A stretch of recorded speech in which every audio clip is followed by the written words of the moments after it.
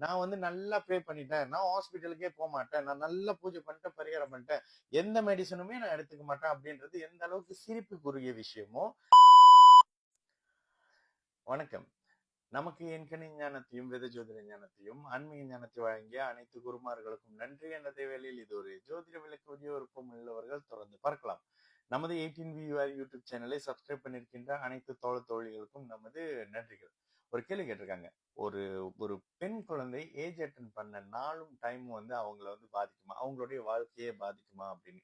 Okay, இயல்பாக முதல்ல எந்த காரணத்துக்காக நம்ம நம்ம கலாச்சாரத்துல நிறைய விஷயம் இருக்குங்க. அதுல சில விஷயங்கள் வந்து பாத்தீங்கன்னா வாழ்வியலுக்காக ஏற்படுத்தின சில விஷயம். இந்த இந்த நாங்க வந்து பொண்ணுக்கு சடங்கு செய்யறோங்க, பொண்ணு பெரிய மனுஷி ஆயிடுச்சுங்க, ஊரை கூட்டி சடங்கு செய்யறோங்க, என் வீட்டுல கல்யாணத்துக்கு ஒரு பொண்ணு ரெடி ஆயிடுச்சுங்கன்றத அந்த சோசியல் மீடியா அந்த டெக்னாலஜி இல்லாத காலகட்டத்துல எப்படி நீங்க ஊருக்கு தெரியப்படுத்துவீங்க? பொண்ணுக்கு ஒரு சடங்கு செஞ்சு ஒரு விஷயம் வந்து என் வீட்டுல பொண்ணு கல்யாணத்துக்கு ரெடியா இருக்குங்க அப்படின்றத உலகத்துக்கு இந்த ஊருக்கு தெரியப்படுத்தி உங்க வீட்டுல மாப்பிள்ள இருந்தா வாங்க அப்படின்னு சொல்லி மறைமுகமா ஊருக்கு சொல்றது தாங்க இந்த சடங்கு அப்படின்ற விஷயம். ஓகேங்களா? அப்போ அது ஓகே, இயல்பாக இயற்கையாக ஒரு குழந்தை பிறக்கும் பொழுது அந்த குழந்தைக்கு வந்து ஜாதகம் கணிக்கிறீங்க. அந்த ஜாதகத்தோட அடிப்படையில அந்த குழந்தைக்கு வந்து தசாபுத்தி அமைப்புகள், லக்னங்கள் இதெல்லாம் சேர்ந்து அந்த குழந்தையோட வாழ்க்கையை நிர்ணயம் பண்ணுது. ஓகேங்களா?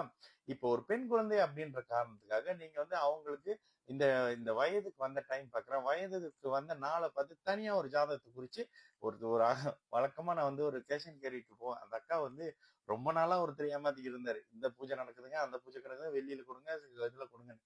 சமீபத்துல போறப்ப அந்த அக்கா அப்படியே புலம்பி தள்ளினாங்க, நான் எல்லாத்தையும் நிப்பாட்டேன், அப்ப நான் எதுவுமே கொடுக்கறது இல்ல, ரொம்ப ஏமாத்துறாங்க, என்கிட்ட நிறைய திங்ஸ் மட்டும் வாங்கிக்கிறாங்க அப்படின்னு. அப்ப நான் அந்த அக்கா சொன்னேன்க்கா, இதே 2 வருஷம் முன்னுக்கு குழந்தை வந்து பொன் குழந்தை வந்து சடங்கானதுக்கு நீங்க என்ன சொன்னீங்க, திருவண்ணாமலையில அபிஷேகம் பண்றோம் அந்த நேரத்துல பொண்ணு வயசுக்கு வந்துட்டாயா, ரொம்ப நல்லதான் அப்படின்னு.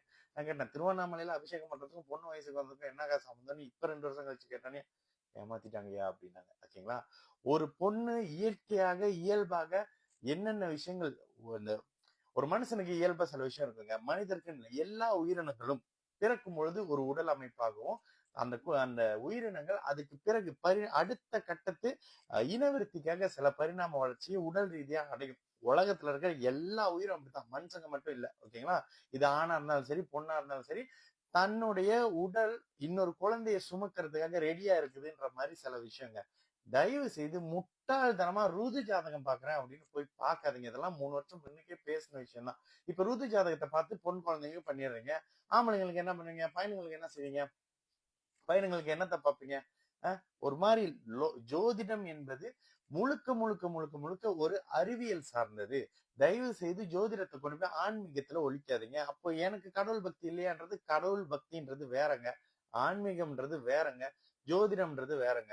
நான் வந்து நல்லா ப்ரே பண்ணிட்டேன், நான் ஹாஸ்பிட்டலுக்கே போக மாட்டேன், நான் நல்லா பூஜை பண்ணிட்டேன், பரிகாரம் பண்ணிட்டேன், எந்த மெடிசனுமே நான் எடுத்துக்க மாட்டேன் அப்படின்றது எந்த அளவுக்கு சிரிப்புக்குரிய விஷயமோ அதுதான் இந்த மாதிரியான விஷயம்.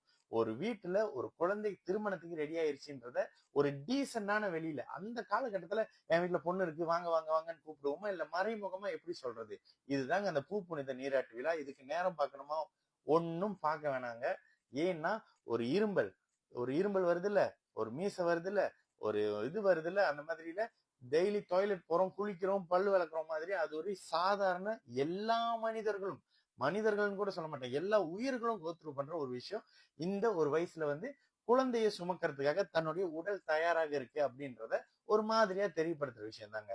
இந்த ஜாதகத்தை போய் நான் பாத்துக்கிட்டு அதுல லக்னம் மாறிடுச்சு, அதுல தோசை வந்துருச்சுன்னு கழிக்கிறவர்கள் இன்னமும் இருக்கீங்க, இல்லைன்னு சொல்ல மாட்டேன், இருக்கிறாங்க. இந்த 2025லயும் பொண்ணு வயசுக்கு வந்த நேரம் சரியில்லைங்கன்னு சொல்லி என்கிட்ட கேட்கறவங்க இருக்கிறாங்க. ஓகேங்களா? என்னங்க பேசுறீங்கன்னு சொல்லி அவங்களுக்கு ரொம்ப தெளிவா, ஒருவேளை என்னோட லுக்கும் வயதும் இதை பேசுறதுக்கு உங்களுக்கு வந்து ஒரு ஷாக்கா இருந்தாலும் கூட நான் சொல்றதை தயவு செய்து பிராக்டிகலா யோசிச்சு பாருங்களேன். வயசுக்கு வந்த நேரம் அதுல எப்படி அவ்வளவு துல்லியமா அந்த நேரத்தை நீங்க சொல்லுவீங்க? கொஞ்சம் யோசிச்சு பாருங்க. எல்லாத்துடைய பிறந்த நேரமே பிரச்சனைன்னு சொல்லி பேசிக்கிட்டு இருக்கிற நேரத்துல வயசுக்கு வந்த நேரத்தை எவ்வளவு துல்லியமா உங்களால உணர முடியும்? பாதி ஸ்கூலுங்க, பாதி குழந்தைங்க ஸ்கூல் டைம்ல ஸ்கூல் டைம்ல வெளியில இருக்கும்போது அங்க இருக்கும்போது இங்க இருக்கும்போது தனக்கு என்ன நடக்குதுன்னு தெரியாம இருக்கக்கூடிய அமைப்புல அது என்ன ஒரு துல்லியமான நேரம்?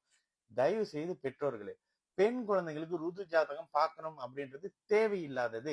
ருது ஆகிறது இயல்பாக இயற்கையாக. ஒருத்தருக்கு தும்பல் வருதுங்க, ஒருத்தருக்கு மீசை வருதுங்க, ஒருத்தருக்கு வயசுக்கு வந்துட்டாங்க. இந்த அமைப்புல தயவு செஞ்சு புரிஞ்சுக்கங்க. இதனை கடந்து இது அப்படி பண்ணிரும், இது இப்படி பண்ணிரும், தோசை நேரத்துல வயசுக்கு வந்துட்டாங்க, இதெல்லாம் தேவையில்லாதது. சும்மா போட்டு ஸ்ட்ரெஸ் எல்லாம் பண்ணாதீங்க.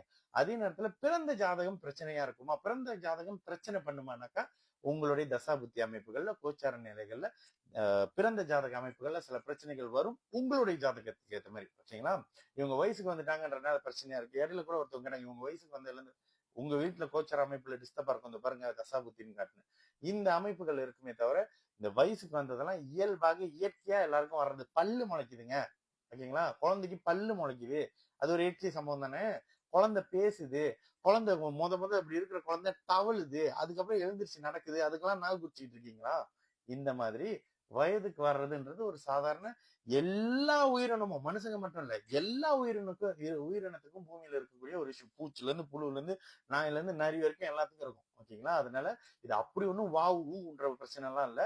வயதுக்கு வர்றதுக்கு நேரம் பார்க்க வேணாம். அது கண்டிப்பா எந்த ஒரு தனி மனிதரையும் பாதிக்காது. அது ஒரு இயற்கை நிகழ்வுங்க. சரிங்களா? நல்லது நடக்கும். எல்லாரும் நல்லா இருப்போம். வணக்கம்.